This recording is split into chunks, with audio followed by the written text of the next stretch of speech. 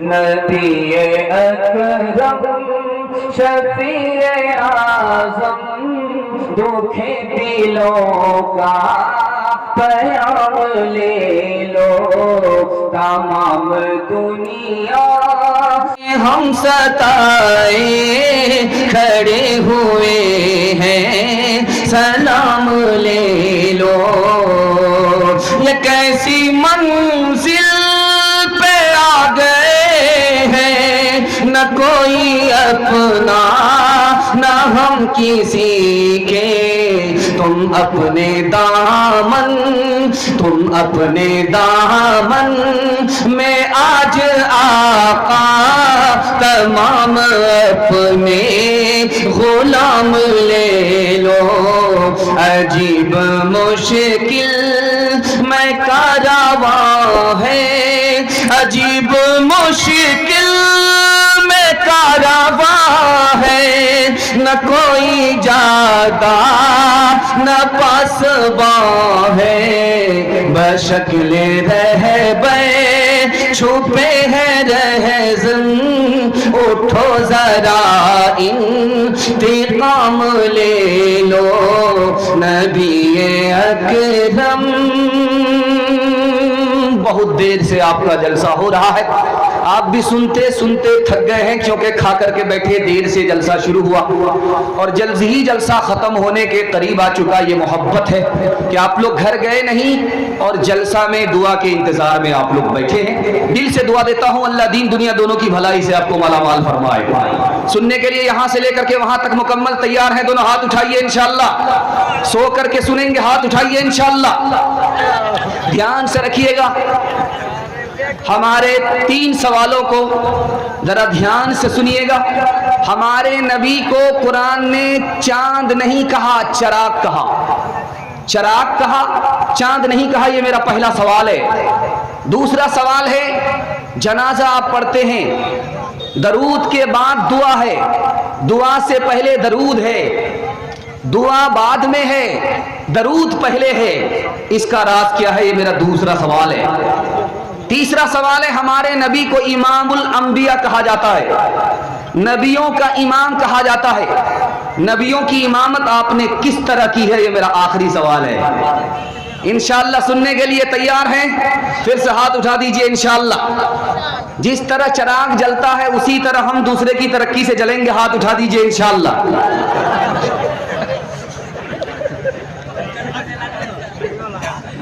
پہلا سوال تھا کہ ہمارے نبی کو چراغ کہا گیا ہے، چاند نہیں کہا گیا۔ چاند میں ایک خوبی ہے، وہ روشن ہوتا ہے، سورج میں ایک خوبی ہے، وہ روشن ہوتا ہے، لیکن جو چراغ کے اندر خوبی ہے وہ چاند میں نہیں ہے۔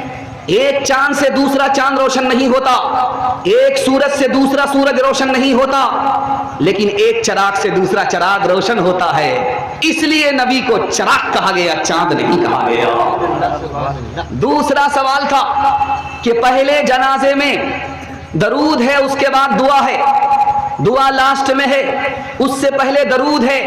اللہ کے رسول کو معلوم تھا کوئی دعا بغیر درود کے قبول نہیں ہوتی، اس لیے اپنی امت کو تعلیم کیا پہلے درود پڑھو اس کے بعد دعا کرو۔ تیسرا سوال تھا کہ ہمارے نبیوں کو اماموں کا امام کہا جاتا ہے، رسولوں کا امام کہا جاتا ہے، ہمارے نبی نے کس طرح امامت کی ہے؟ صف لگ گئی، مسجد میں 5 صف ہوتی ہے، نبیوں کی صف لگی ہے، 7 صفوں میں نبی ہیں، رسول ہیں۔ امامت کے لیے ہمارے نبی کو آگے بڑھایا گیا، سب سے پیچھے جو کھڑے ہیں وہ حضرت ابراہیم کھڑے ہیں، دائیں جانب جو کھڑے ہیں حضرت اسماعیل کھڑے ہیں، بائیں جانب جو کھڑے ہیں حضرت اسحاق کھڑے ہیں اور حضرت موسیٰ کھڑے ہیں۔ اس شان سے ہمارے نبی نے امامت کی ہے، اس لیے ہمارے نبی کو نبیوں کا امام کہا جاتا ہے۔ امام کے پیچھے نقد نماز پڑھیں گے، ہاتھ اٹھا دیجئے انشاءاللہ۔ تنخواہ ادھار دیں گے، ہاتھ اٹھائیے انشاءاللہ۔ خیر، آپ کا جنازہ ہی پڑھیں گے۔ جب زبان مصطفیٰ نے ہلائی، لب پہ اللہ کی بات آئی، جب زبان مصطفیٰ نے ہلائی، لب پہ اللہ کی بات آئی، ہاتھ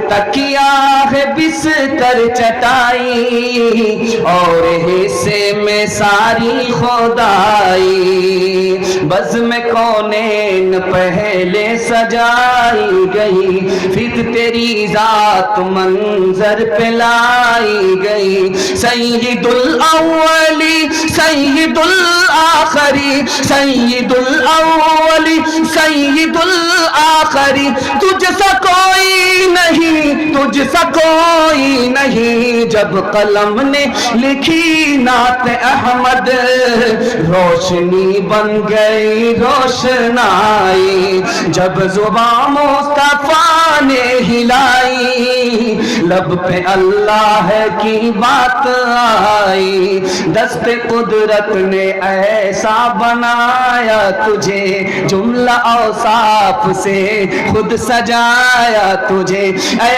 ازل کے ہنسی اے ابد کے ہنسی، اے ازل کے ہنسی اے ابد کے ہنسی، تجھ سا کوئی نہیں، تجھ سا کوئی نہیں، تم جہاں تک نہ پہنچے فرشتوں، ہے وہاں تک ہماری رسائی۔ ماشاءاللہ اچھا ماحول ہے، بہت خوبصورت ماحول میں آپ سن رہے ہیں، جلسہ آپ کا کنارے کو لگ رہا ہے، سیرت کے حوالے سے آپ کو پہلا پیغام دینے کے لیے جا رہا ہوں۔ ماشاءاللہ بڑی بیداری آئی ہے، دل خوش کر دیا آپ نے کہ آپ صحیح میزبان تھے اور میزبانی کا آپ نے حق ادا کر دیا۔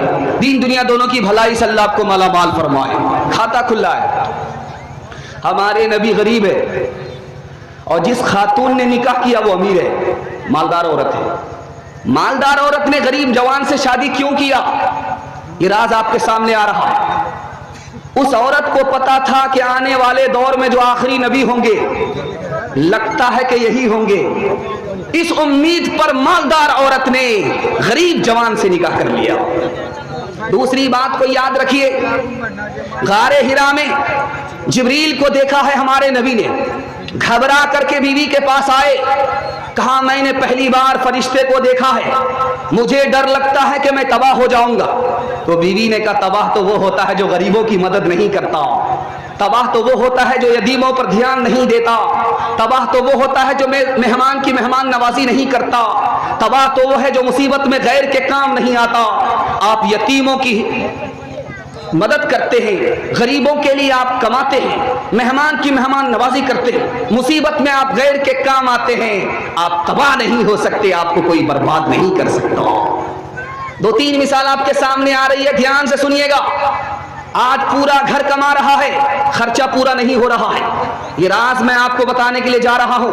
اللہ نے ہمیں غریب نہیں بنایا، ہم اپنے چال سے غریب ہیں، یہ راز آپ کے سامنے رکھنے کے لیے جا رہا ہوں، بہت دھیان سے سنیے گا۔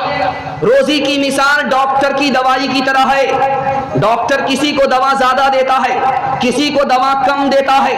کیا مطلب ہوا؟ جس کی بیماری تھوڑی سی دوائی میں ختم ہو جائے گی اس کو تھوڑی دوائی ملتی ہے، جس کی بیماری زیادہ دوائی میں ختم ہوگی اس کو زیادہ دوائی ملتی ہے۔ اسی طرح یہ روزی کسی کو زیادہ ملتی ہے، کسی کو کم ملتی ہے۔ دوسری بات کو یاد رکھیے، پورا گھر کما رہا ہے، خرچہ پورا نہیں ہو رہا ہے، مطلب یہ ہے کہ گھر سے برکت اٹھ گئی ہے۔ برکت کیسے اٹھ گئی؟ اللہ کا خوف اٹھ گیا، اللہ کا خوف اٹھنے کی وجہ سے برکت اٹھ گئی۔ پورا گھر مل کر کے کما رہا ہے، خرچہ پورا نہیں ہو رہا ہے۔